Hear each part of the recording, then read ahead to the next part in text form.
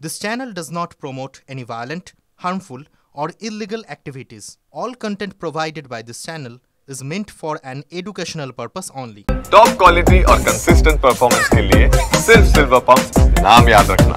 এবার আবহাওয়ার আপডেট দেবো আপনাদের। হাওয়া অফিস বলছে যে দক্ষিণবঙ্গে বর্ষা ইতিমধ্যেই এসে গিয়েছে, গরমের দাপট কিছুটা হলেও কমেছে, কিন্তু রাজনীতির গরম কমার কোনো নাম নেই, বরং রাজনীতির গরম বেড়েই চলেছে। আর কয়েক মাস পরে বিধানসভা নির্বাচন রয়েছে, দোরগোড়ায় কড়া নাড়ছে, নক নক নক 2026-এর বিধানসভা। নেতা নেত্রীদের কথায় লড়াইয়ের সেটা মানে ইতিমধ্যে তারা যে নেমে গেছে, প্রস্তুতি শুরু করে দিয়েছেন, সেটা আমজনতা তাদের কথাবার্তা আচরণে টের পাচ্ছে, কারণ সব কিছুতেই তারা 2026-এর ইস্যু খুঁজছেন। তবে একটা টুইস্ট গল্পে যেরকম থাকে এক্ষেত্রেও আছে। সবসময় যে এই যে পক্ষ বিপক্ষ ভার্সেস বনাম এই লড়াই চলবে এমনটা কিন্তু নয়, কিছু ব্যতিক্রমী বিষয়ও দেখতে পাওয়া যায়। সহকর্মীও মাঝে মধ্যে যে প্রতিপক্ষ হয়ে ওঠেন, এটার নতুন করে কি বলবো। আচ্ছা, তৃণমূল কংগ্রেসের অন্দরে কি তেমনটাই চলছে? আমি হেয়ালি করলাম ঠিকই, কিন্তু বাস্তব অনেকটা সেই ইঙ্গিতই দিচ্ছে। আসুন দেখি একবার।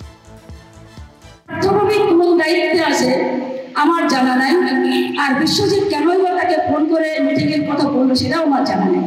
আর যদি দায়িত্ব নিতে হয় তাহলে পার্থভূমিকে সেই মিটিং করবে, সেই কোনো মিটিং এ আমি থাকবো না। তৃণমূলের রাজ্যসভার সাংসদের তোপ দলেরই লোকসভা সাংসদকে, তাও আবার প্রকাশ্য কর্মী সভায়। কার হাতে কত ক্ষমতা সেই প্রশ্নই কি উঠছে। মমতা বালা ঠাকুর তোপ দাগলেও পার্থভূমিকে নিয়ে প্রকাশ্যে কোনো মন্তব্য করতে নারাজ, কিন্তু তার অনুগামী বলে পরিচিত বিশ্বজিৎ দাস পার্থভূমিকের হয়েই ব্যাট ধরেছেন। এই জেলায় অলিতে গলিতে পার্থভূমিকের অবাধ বিচারণ। যখনই কোনো বিপদে পড়েছি, যখনই কোনো প্রয়োজন হয়েছে বনগাঁতে, পার্থভূমিকে যেভাবে ডেকেছি, পার্থভূমিক সাধ্য মতন আমাদের কাছে এসেছেন। জোড়াফুলের দুই সাংসদের এই টক্কর দেখে মুচকি হাসছেন মতুয়াবাড়ির আর এক সদস্য, বিজেপির সাংসদ শান্তনু ঠাকুর। খেয়েও খেয়ের পার্টি, লোকালে কে কত বেশি তোলা তুলতে পারবে সেই নিয়ে মারপিট দাঙ্গা, এ তো এক প্রকার সেই মারপিট দাঙ্গাই বেঁধে গেছে খেয়েও খেয়ে নিয়ে। এখানেই শেষ নয়, আসানসোলেও কোন্দলে রাজ। তৃণমূলের জেলা সভাপতি ও পাণ্ডবেশ্বরের বিধায়ক নরেন্দ্রনাথ চক্রবর্তীকে ফেসবুক লাইভে তোপ দলেরই রাজ্য সাধারণ সম্পাদক ভি শিব দাসেনের। তার অভিযোগ, শুভেন্দু অধিকারীর সঙ্গে হাত মিলিয়ে কাজ করছেন নরেন্দ্রনাথ চক্রবর্তী। আর এরা সবাই আমরা এনকোয়ারি করতে যাবে না, সবাই শুভেন্দুর সঙ্গে অ্যাডজাস্টে আছে, শুভেন্দুর সঙ্গে হাত মিলে চলে, কাউর না কাউর চামচা শুভেন্দুর সঙ্গে দেখা করে। পার্থভূমিকের মতোই চুপ থাকার রাস্তা নিয়েছেন নরেন্দ্রনাথ চক্রবর্তীও। এদিকে ফুরফুরার পীরজাদা ও তৃণমূলের নতুন রাজ্য সম্পাদক কাসেম সিদ্দিকীর নাম না নিয়ে আবারও ইঙ্গিতপূর্ণ মন্তব্য শওকত মোল্লার। দল যখন সিদ্ধান্ত নিয়েছে, সে তাজা আলু হোক আর পচা আলু হোক, এখন সেগুলোই আমাদেরকে নিয়ে চলতে হবে। তৃণমূলের অন্দরে কি তাহলে বিতর্কের চোরাস্রোত, জানিয়ে কটাক্ষ করতে ছাড়ছে না বিরোধীরা। এইগুলো চলে যাওয়ার সময়কার যে রোগীর যে বিভিন্ন সিমটমস দেখা যায়, সেই ধরনের সিমটমস এদের মধ্যে দেখা দিচ্ছে। তৃণমূল কংগ্রেসের কোথায় গোষ্ঠীদ্বন্দ্ব নেই আমাকে সেই জায়গাটা বলুন। এই একটাই তো রেসার্টিস, কে কত টাকা তুলতে পারবে, আদর্শগততে লড়াই নয় তো। রাজনৈতিক মহলের মতে ভোট যত এগিয়ে আসবে রাজনীতির সুর আরও চওড়া হবে, কিন্তু প্রশ্ন একটাই, 2021 বিধানসভা নির্বাচনের আগে যে ভাঙা গড়ার খেলা দেখা গিয়েছিল, এবারও কি তেমন কোনো সম্ভাবনা আছে? Bureau report, TV9 Bangla. বেশ, আসুন এবার একটু উন্নয়নের কথা বলি। উন্নয়ন দাঁড়িয়ে আছে না বসে আছে একটু দেখার চেষ্টা করি। ভাটপাড়ায় মাত্র 1 বছরে 35টা পুকুর ভরাট হয়ে গেছে। ভাবুন, এই ভরাট ব্যাপারটাকে যদি উন্নয়ন ধরা হয়, তাহলে উন্নয়নের গতি কতটা বুঝতে পারছেন? কিন্তু মুশকিল একটাই, হ্যাঁ, ভাটপাড়ায় পুকুর ভরাট হোক বা ধরুন গুলশান কলোনির জলাশয় বোঝানো, আমি উদাহরণ দিচ্ছি, এগুলো ঘটে, কিন্তু কেউ কিছুটা জানতে পারছেন না।